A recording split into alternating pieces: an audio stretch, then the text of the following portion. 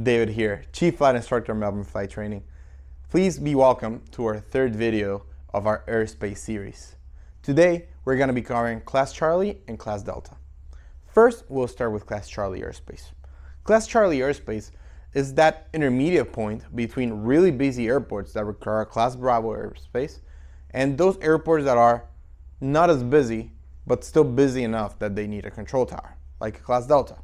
That's where Class Charlie fits in. Class Charlie airspace can be really easily found in our sectional charts by those solid magenta lines. Those solid magenta lines will usually be two rings, where the outer ring we have a total of a 10 nautical mile radius, and the inner one will have a 5 nautical mile radius. Class Charlie airspace usually goes from the surface up to 4,000 feet AGL, with that outer ring that I mentioned previously going from 1,200 feet AGL all the way up to those 4,000 feet. So, what is that airspace below the 1,200 feet, between the surface and 1,200 feet AGL?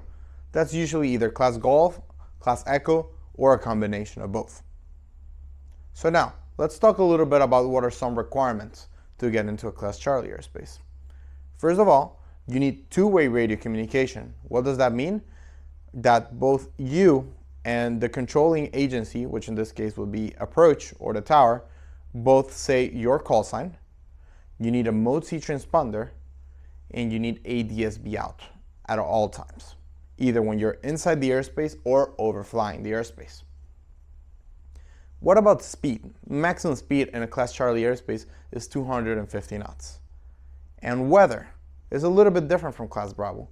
You still need to keep 3 statute miles visibility, but now you always need to keep yourself 1,000 feet above the clouds, 500 feet below the clouds, and 2,000 feet horizontally from the clouds, what we usually call 3152. For licenses, anyone can enter a Class Charlie airspace with at least a student pilot certificate.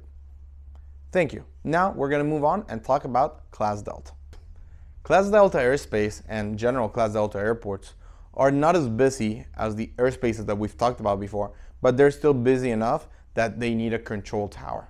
This control tower may not operate the 24 hours of the day, and you will find that information in the chart supplement to that specific airport. Class Delta airspaces can be easily found in our sectional charts by looking at the dashed blue lines that are around an airport. Usually, this Class Delta airspaces go out 4 nautical mile radius and usually up to 2,500 feet AGL. But if you're unsure on what altitude it goes to, you can always look at the chart or look at the information in either chart supplement or the EFB that you're using. The Class Delta weather minimums are exactly the same as Class Charlie. 3 statute miles visibility, 1,000 feet above the clouds, 500 feet below, and 2,000 feet horizontally from any clouds. Maximum speed is 200 knots, and to enter the airspace, you really don't need any equipment. You just need to establish two-way radio communication with the tower before you enter the airspace. That is pretty much it what we have for Class Delta. Please stay tuned for the rest of our videos where we're going to cover Class Echo, Class Golf, and special use airspace. Thank you.